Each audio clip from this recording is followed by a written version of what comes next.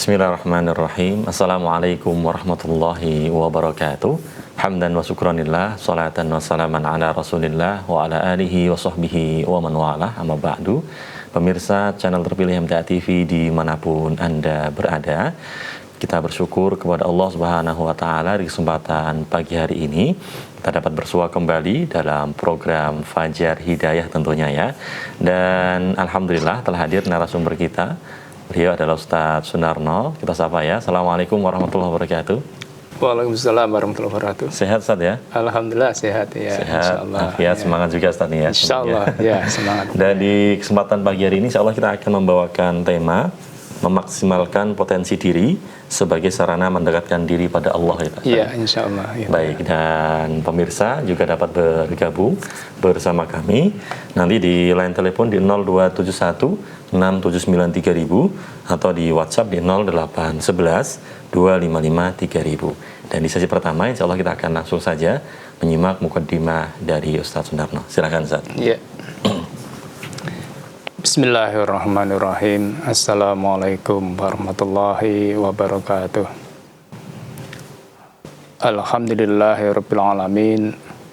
Nahmaduhu wa nasta'inuhu wa nastaghfiruh. Wa na'udzu billahi min syururi anfusina wa min sayyiati a'malina. Allahumma shalli wa sallim ala Muhammadin wa ala ali Muhammadin wa ala alihi wa ashabihi wa man ittabi'ahu ila yaumiddin, amma ba'd. Saudaraku pemirsa dan pendengar dimanapun berada, syukur alhamdulillahirabbil alamin, Allah senantiasa curahkan anugerah pada kita.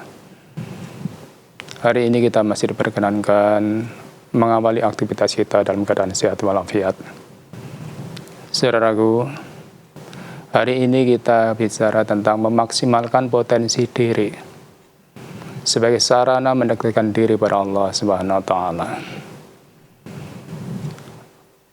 Allah Subhanahu wa Ta'ala membimbing pada kita yang mengaku sebagai orang yang beriman ini supaya memanfaatkan, memaksimalkan kemampuan yang Allah berikan pada kita, tentu sesuai dengan kondisi masing-masing, untuk menggapai kebahagiaan, keselamatan, baik dalam kehidupan dunia ini, apalagi di akhirat kelak. Allah Subhanahu wa Ta'ala berfirman dalam surat Al-Maidah ayat 35.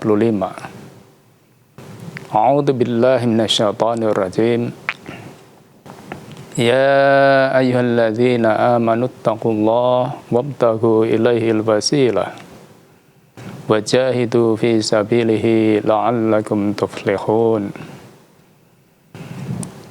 Ya ayyuhalladzina amanu taqullaha, hei orang-orang beriman, bertakwalah pada Allah.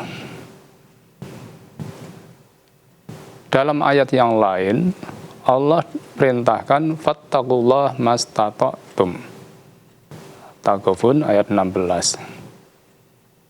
Bertakwalah kepada Allah maksimal sesuai dengan kemampuan yang ada pada kamu.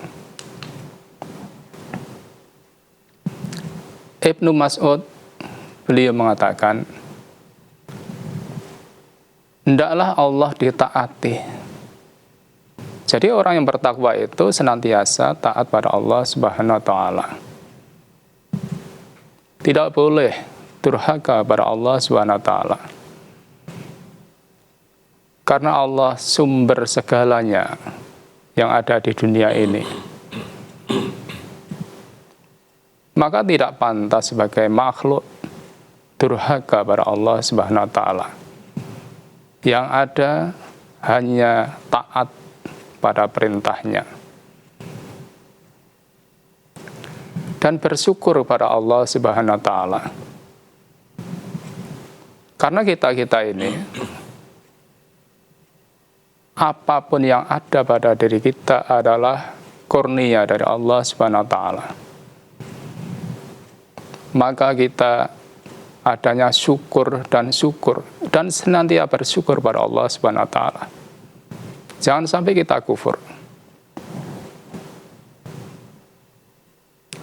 Kemudian jangan sampai kita ingkar pada Allah Subhanahu wa taala. Jadi orang bertakwa itu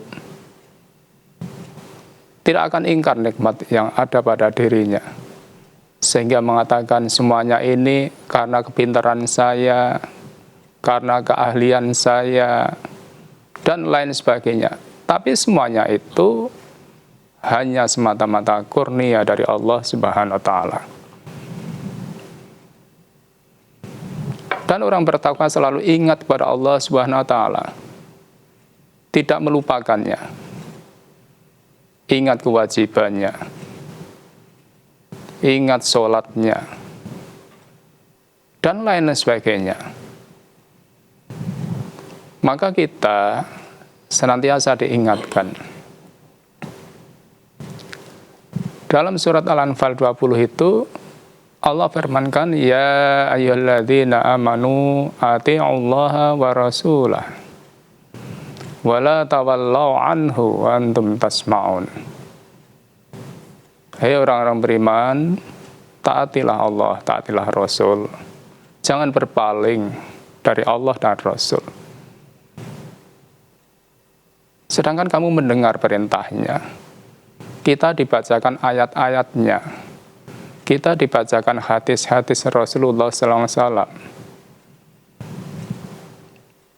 Maka sebagai orang yang beriman, tiada kata lain hanyalah sami'na wa ata'na. Dan kita juga diingatkan, wala takunu kalladzina nasullaha fa'ansahum anfusahum. Jangan kamu seperti orang yang lupa pada Allah. Kalau orang lupa pada Allah, Allah akan melupakan diri mereka sendiri. Maksudnya apa?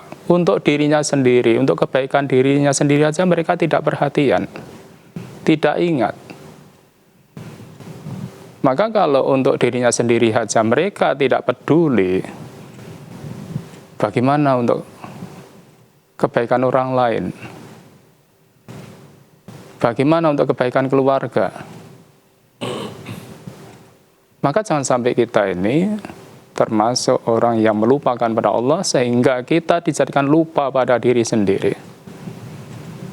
Maka kalau itu terjadi, ulaika humul fasiqun, itulah orang-orang fasik. Al-Hasr ayat 19. Saudaraku, kemudian dilanjutkan dalam firman Allah tadi, wabtaghu ilaihil wasilah. Dan carilah jalan yang mendekatkan diri pada Allah. Terus kita berusaha. Maka kita ini juga dibimbing. Kalau Al-Qatadah, beliau mengatakan, makna yang dimaksud wasilah ialah dekatkan diri pada Allah dengan taat, mengerjakan amal-amal yang diridhoinya. Ini sangat luas. Baik ucapan kita, perbuatan kita.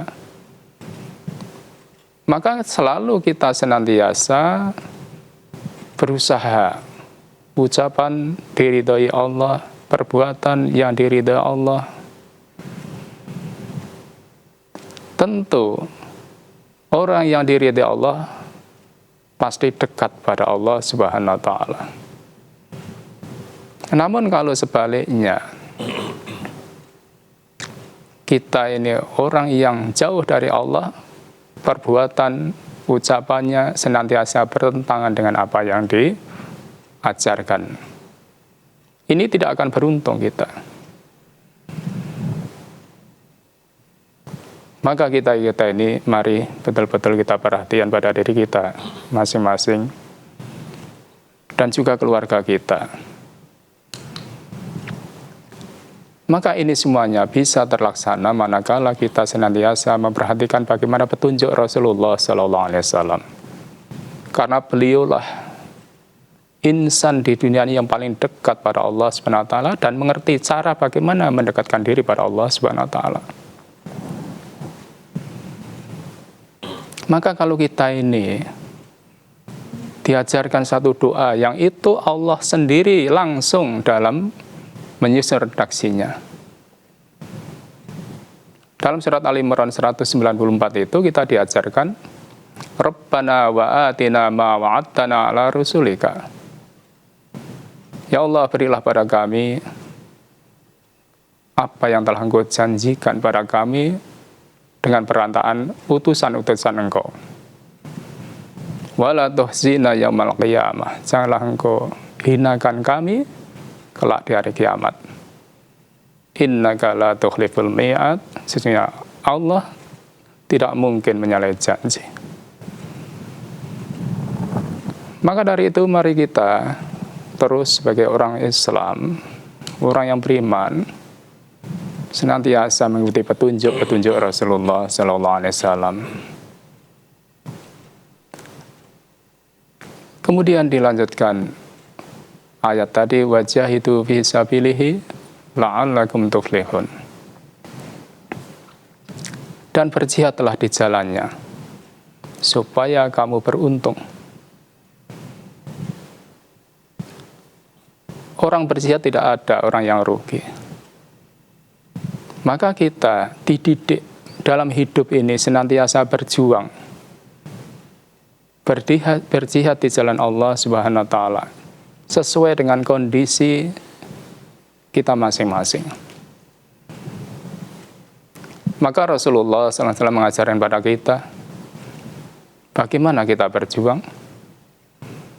Dalam hadis Nasa'i nomor 1514, beliau mengajarkan pada kita, An Anasin qala Rasulullah sallallahu alaihi wasallam, jahidu bi aidikum wa alsinatikum wa amwalikum. Dari Anas ia berkata, Rasulullah sallallahu alaihi wasallam bersabda, berjihadlah dengan tangan. Tentu ini yang punya kemampuan, punya kekuasaan, punya kewenangan. Kalau sebagai orang beriman diberikan kewenangan, kekuasaan yang bisa dengan tangannya untuk berjihad, dengan kekuasaannya untuk berjihad, oh pasti beruntung. Kemudian bi alsinatikum, dengan lisan, tentu ini dengan ilmu. Maka yang diberikan kemampuan dititipi oleh Allah ilmu, mari kita gunakan untuk berjihad dengan ilmunya. Ilmu yang bermanfaat untuk umat. Ilmu yang bisa membawa pada keselamatan umat. Maka terus kita suarakan. Wa bi amwalikum, dan juga dengan harta benda. Umat Islam yang dititipi kekayaan, maka gunakan untuk mendukung jihad fisabilillah ini. Maka semuanya ini akan berjalan dengan baik manakala menyatunya antara kekuatan, ilmu, dan amwal. Karena saling mendukung satu sama lain. Inilah bagaimana kita dalam berjuang. Kemudian dalam hadis Ibnu Majah nomor 1514, di sana kita diberikan pelajaran. An Wasilah bin Asqa qala Rasulullah sallallahu alaihi wasallam. Dari Wasilah bin Asqa ia berkata, bersabda Rasulullah sallallahu alaihi wasallam, wajahitu ma'a kulli amirin, dan berjuanglah, berjihadlah kalian bersama dengan pemimpin. Maksudnya apa? Berjuang itu harus ada komando. Tidak bisa kita berjuang nafsi-nafsi, itu nggak bisa. Maka harus ada pemimpin yang ditaati. Karena dalam perjuangan, dalam jihad, tanpa ada pemimpin yang ditaati akan kocar-kacir. Maka kita, mari hidup dalam kebersamaan ini kita kuatkan. Kalau namanya kebersamaan, mesti ada yang memimpin. Jangan kita suka sendiri-sendiri. Udahlah, sepinter apapun, sekaya apapun, sekuat apapun, kalau kita sendiri tidak akan bisa apa-apa, akan hancur di tengah perjalanan. Maka ini pentingnya kita ini dalam berjihad, berjuang harus ada komando. Yang komando mesti pemimpin di sini. Maka ketaatan pada pemimpin ini penting dan harus ada pada kita sebagai orang beriman. Coba mari kita lihat sejarah, bagaimana perjalanan sejarah. Lengah sedikit dari perintah pemimpin akan terjadi malapetaka. Kita masih ingat namanya perang Uhud. Rasulullah perintahkan pasukan pemanah supaya tetap di atas bukit. Apapun yang terjadi tidak boleh meninggalkan sebelum dikomando. Namun apa yang terjadi? Karena kelengahan, dikira musuh sudah lari kalah, sehingga meninggalkan harta bendanya. Sebelum dikomando, Rasulullah sudah turun dari bukit. Yang terjadi malapetaka. Banyak sahabat yang gugur sebagai syuhada. Maka kita sebagai orang beriman ini jangan bangga kalau kita ini merasa bisa sendiri, jangan bangga, nggak bisa apa-apa kalau kita sendiri. Maka mari kita kuatkan kebersamaan kita. Hidup dalam kesatuan, persatuan itu mesti harus ada yang memimpin. Tanpa itu tidak akan bisa. Kemudian dilanjutkan dalam hadis Ahmad nomor 21.730, kita diberikan pelajaran. Wajahidu fisabilillahi ta'ala, jihadlah kamu di jalan Allah. Al-qarib wal ba'id, dekat maupun jauh, dimanapun kita berada. Walaupun dekat di lingkungan kita sendiri, di kampung kita sendiri, di daerah kita sendiri, atau kita mungkin merantau atau di mana kita berada, kita harus tetap menegakkan perjuangan ini. Karena bagaimanapun, fa innal jihada babun min abwabil jannah. Karena jihad itu salah satu dari pintu surga. Maka kalau kita ingin masuk surga, ya mari kita semangatkan diri untuk berjuang. Kita semangatkan diri untuk berjihad sesuai dengan kemampuan kita masing-masing. Kita bisa. Saudaraku, maka kita juga diajarkan wa aqimul hududullah bil qarib wal ba'id. Tegakkan aturan Allah dimanapun kita berada. Dimanapun kita berada.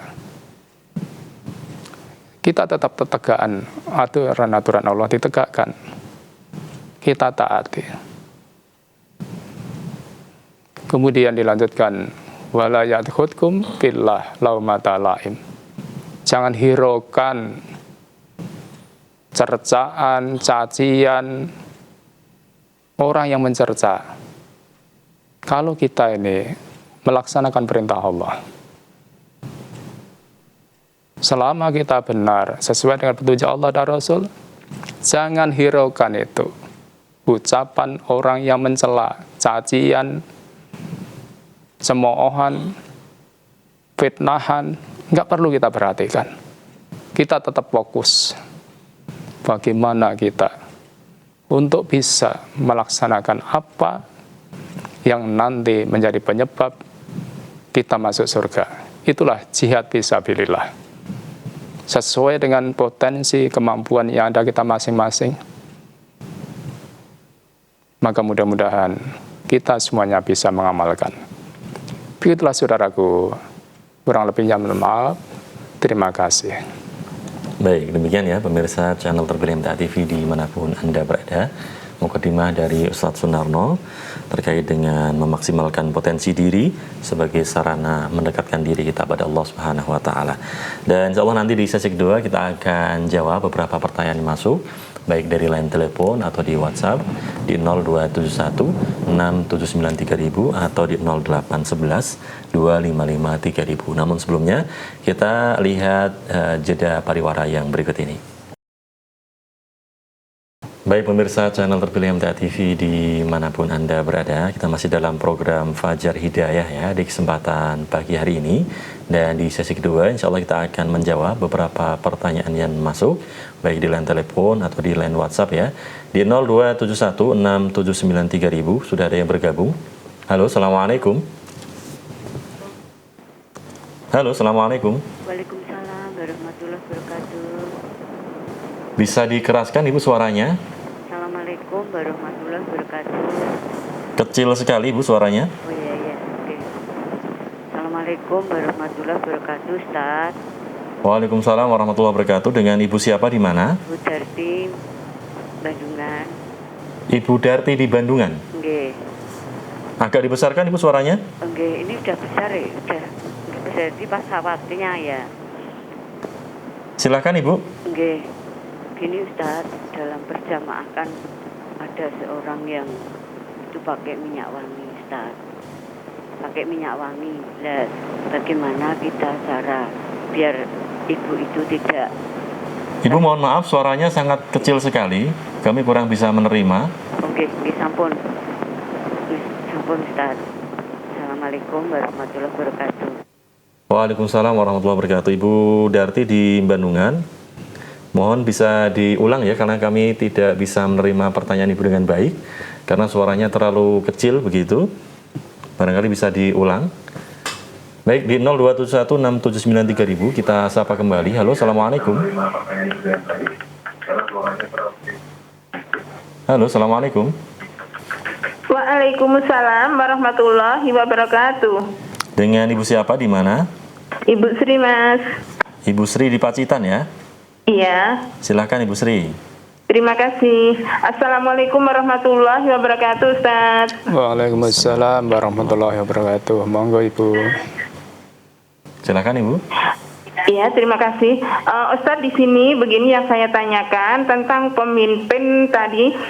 Semua itu pasti ada pemimpin. Yang di sini yang saya tanyakan, bagaimanakah menjadi seorang pemimpin yang bijak itu sesuai tuntunan Rasulullah SAW? Mohon tausiahnya. Atas tausiahnya terima kasih. Assalamualaikum warahmatullahi wabarakatuh. Waalaikumsalam warahmatullahi wabarakatuh. Silakan Ustaz. Jadi memang pemimpin ini, semua kita ini pemimpin. Suami jadi pemimpin untuk istrinya. Ibu sebagai pemimpin untuk anak-anaknya. Dan seterusnya. Maka semuanya ini, pemimpin yang baik ya sesuai dengan apa yang diajarkan oleh Allah SWT. Bisa memimpin untuk taat pada Allah SWT. Karena pemimpin yang baik pasti mengarahkan pada yang dipimpin untuk taat pada Allah Subhanahu wa taala. Baik akidahnya, baik ibadahnya, baik itu akhlaknya, mesti mengarahkan ke sana. Maka sekarang, kalau posisi kita sebagai pemimpin, ya mesti begitu, mari kita arahkan diri kita dan juga keluarga kita. Tentu kita sesuai dengan kondisi kita. Maka kalau kita ini sebagai pemimpin pasti akan melaksanakan anfusakum wa ahlikum naro, itu pasti. Karena kita nggak rela diri kita,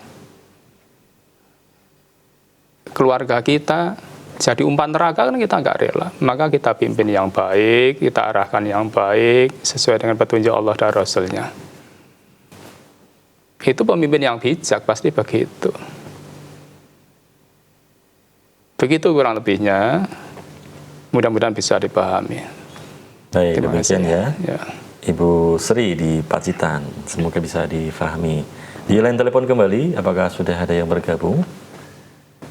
Baik, barangkali Ibu Darti tadi bisa dicoba kembali ya, karena kami tidak bisa menerima pertanyaan dengan baik, dikarenakan suara dari Ibu Darti sangat kecil begitu. Kita beralih ke WhatsApp ini Ustaz, sudah banyak pertanyaan yang masuk. Yang pertama Ustaz dari Pak Hendra di Temanggung. Ustaz, menjaga keharmonisan keluarga itu apakah termasuk jihad Ustaz? Iya. Karena dalam bagaimanapun berkeluarga itu perintah agama, perintah Allah. Maka harus ditegakkan. Caranya gimana? Bagaimana supaya rumah tangga itu harmonis? Maka untuk jadi keluarga yang harmonis, itu masing-masing suami atau istri harus menegakkan aturan Allah. Nah, menegakkan aturan Allah ini termasuk jihad. Maka kalau suami, istri menegakkan aturan Allah, pasti akan harmonis. Dan jabarannya sangat luas. Maka kita sebagai suami istri, mari betul-betul kita perhatikan. Akhlak kita bagaimana, ibadah kita bagaimana dalam keluarga itu. Sehingga dalam rumah tangga ini, sebagai suami, istri masing-masing menjalankan perintah agama. Insya Allah itu masuk jihad. Begitu, semoga bisa dipahami. Baik, demikian ya Pak Hendra di Temanggung. Di line telepon kita sapa kembali. Halo, Assalamualaikum. Waalaikumsalam warahmatullahi wabarakatuh. Dengan Ibu siapa di mana ini? Dengan Ibu Mulyati di Wonosobo. Ibu Mulyati di Wonosobo. Silahkan Ibu. Ya. Assalamualaikum warahmatullahi wabarakatuh, Ustaz. Waalaikumsalam warahmatullahi Yang saya wabarakatuh. mau tanyakan, karena saya itu usianya sudah semakin tambah, padahal ibadahnya semampunya hanya begitu, membaca Al-Quran aja masih terbata-bata.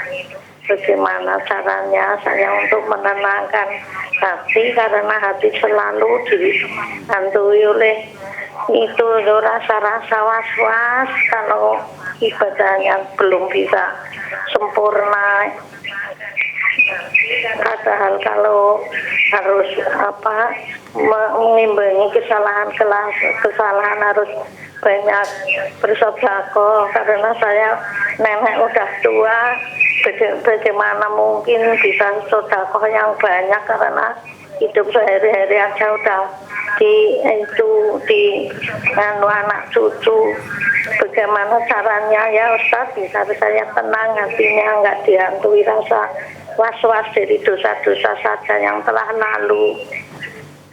Begitu aja Ustaz. Assalamualaikum warahmatullahi wabarakatuh. Waalaikumsalam warahmatullahi wabarakatuh. Ya, Ibu Silakan, di Ustaz. Wonosobo ya.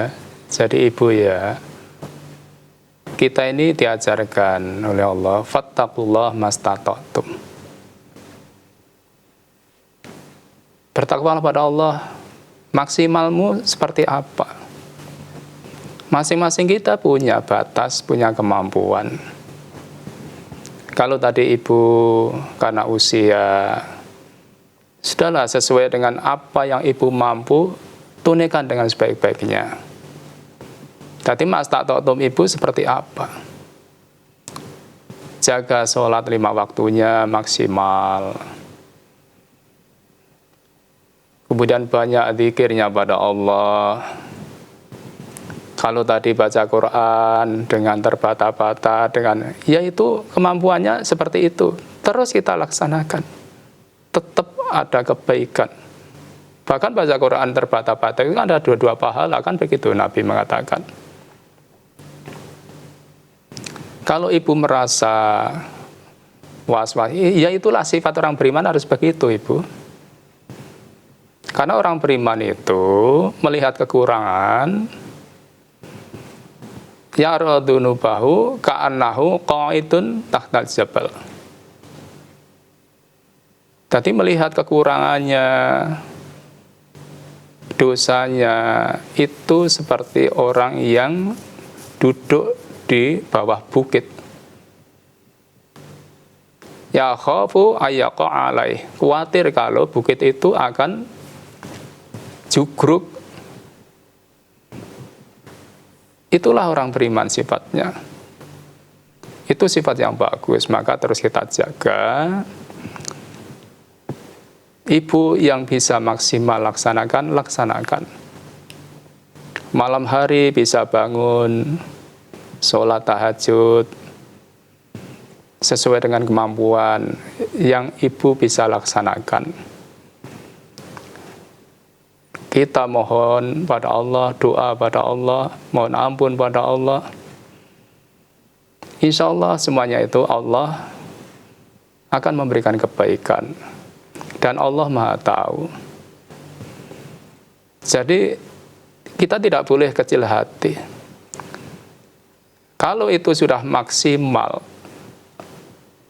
insya Allah semuanya itu akan memperoleh kebaikan dari sisi Allah Subhanahu wa Ta'ala. Maka kita tetap berharap. Jadi harap dan takut pada Allah itu memang itu harus ada. Berharap mudah-mudahan Allah menerima amal kita, mengampuni dosa kita. Rasa takut, was-was tadi, jangan-jangan amalan saya tidak diterima, itu harus ada pada jiwa kita. Sehingga kita hati-hati dalam hidup ini. Begitu Ibu, kurang lebihnya, mudah-mudahan bisa dipahami.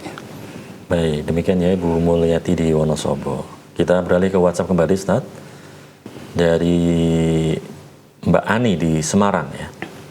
Ustadz, mohon nasihatnya bagi saya dan suami sebagai pengantin baru ini, Ustaz, agar yakin dengan semua ketentuan Allah itu yang terbaik. Karena awalnya pernikahan kami tidak direstui keluarga, hanya karena weton kami yang tidak cocok. Saya wetonnya legi, suami wetonnya wage. Yang kata kakek itu adalah weton tiba pegat ini, Ustaz. Mohon nasihatnya, Ustaz. Ya.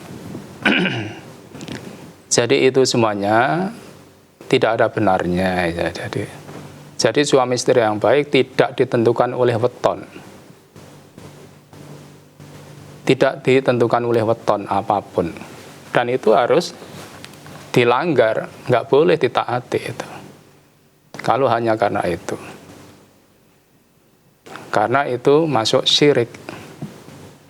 Maka supaya keluarga kita ini baik, sesuai dengan apa yang kita cita-citakan, maka kalau kita dalam hadis itu kan kita diajarkan, idza aradallah bi ahli baitin khairan.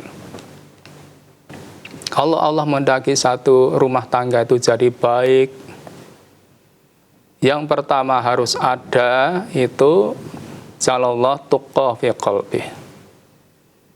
Suami istri itu suami istri yang bertakwa kepada Allah Subhanahu wa Ta'ala. Untuk menjadi bertakwa itu harus mengerti apa yang diajarkan oleh Allah. Tentu ini ngaji Al-Quran, karena jalan takwa itu hanya Al-Quran. Maka supaya suami istri masing-masing yuk semangat ngaji. Kita masing-masing harus begitu.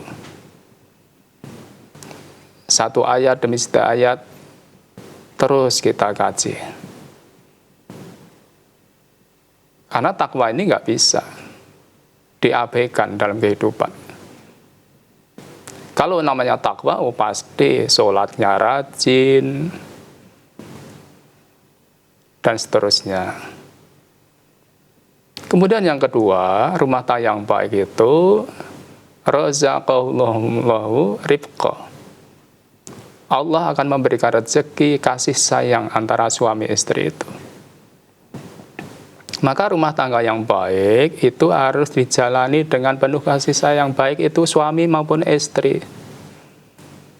Jangan mudah marah, mudah uring-uringan, mudah emosi. Jadi harus ada kelemah lembutan.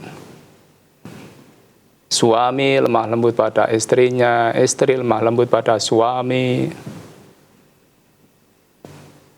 Tentu ini akan muncul baik dalam ucapan maupun perbuatannya. Itu akan menjadikan jiwa ini semakin nyaman. Yang ketiga, kita diajarkan qusda bi ma'isyatihim, bisa mengatur ekonomi. Masalah ekonomi bukan masalah besar dan kecilnya penghasilan, tapi kita bisa menata. Jangan mengangkat di luar kemampuan. Dahlah, rumah tangga akan dijamin berjalan dengan baik. Jangan sekali-kali kita mengangkat di luar kemampuan. Kita bisa mengatur. Yang ketiga, kita ini wa waqqara saghirahum kabirahum, akhlak yang baik dalam rumah tangga itu. Maka rumah tangga hiasilah dengan akhlak yang baik. Suami akhlak yang baik pada istrinya, istri akhlak yang baik pada suaminya. Maka hiasan terindah dalam rumah tangga kita itu ya akhlak kita itu. Bukan masalah perabot rumah. Apa artinya perabot rumah kalau akhlak penghuninya itu akhlak yang rusak? Tidak akan menimbulkan kesenangan, tidak akan menimbulkan ketentraman, bahkan keresahan. Karena terjadinya kerusakan rumah tangga bukan masalah yang lain, akhlaknya jelek masalahnya. Kenapa banyak terjadi pertengkaran sehingga berujung perceraian? Itu karena akhlak yang jelek. Udahlah, ujung-ujungnya kan akhlaknya jelek. Maka kita masing-masing, yuk tampilkan akhlak yang baik. Tentu akhlak yang baik ini harus dibina dengan agama. Nggak ada kita bisa berakhlak tanpa ngaji, tanpa agama, tanpa Quran dan Sunnah, itu nggak akan bisa. Maka terus mari kita tingkatkan kajian kita. Kemudian yang terakhir, wa basarahum uyubahum. Suami, istri, kita harus sadar masing-masing punya kelebihan, punya kekurangan. Suami punya kelebihan, namun juga punya kekurangan. Istri punya kelebihan, namun juga punya kekurangan. Masing-masing dalam berkeluarga itu kekurangan istri juga kekurangan suaminya. Maka suami yang untuk membenahinya, untuk menutupnya. Jangan kekurangan istri diumbar kemana-mana. Atau sebaliknya. Maka masing-masing kita menyadari manusia nggak ada yang sempurna itu. Maka kalau rumah tangga kita berjalan sesuai dengan apa yang diajarkan oleh Allah dan Rasulullah, dijamin tidak akan terjadi namanya perceraian hanya karena beda weton dan sebagainya. Nggak akan terjadi itu. Sehingga kita insya Allah bisa menunaikan petunjuk Allah dan Rasul dalam rumah tangga ini, sehingga perjalanan hidup kita betul-betul sakinah, mawaddah, warahmah. Begitu kurang lebihnya, semoga bisa dipahami. Baik, demikian ya dari Mbak Ani di Semarang. Kemudian saya dari Pak Lastono saya di Purwodadi. Ustadz, saya diuji sakit luka bakar sehingga tidak bisa berwudu. Apakah saya tetap bisa sholat tohur setelah tayamum, Ustadz? Iya. Jadi selama ini karena kebaruan saya belum ngerti dalilnya kalau tayamum tohur itu. Yang ada itu berwudu. Karena riwayat itu apa yang dijalani oleh sahabat Bilal. Jadi sahabat Bilal itu setiap berwudu tidak ada sesuatu yang dilakukan setelah wudu, sholat 2 rakaat. Itulah yang kita namakan sholat tohur. Dan itulah yang ditanyakan Rasulullah. Rasulullah mendengar suara terompahnya di surga. Jadi kalau masalah tayamum, maaf, saya belum tahu.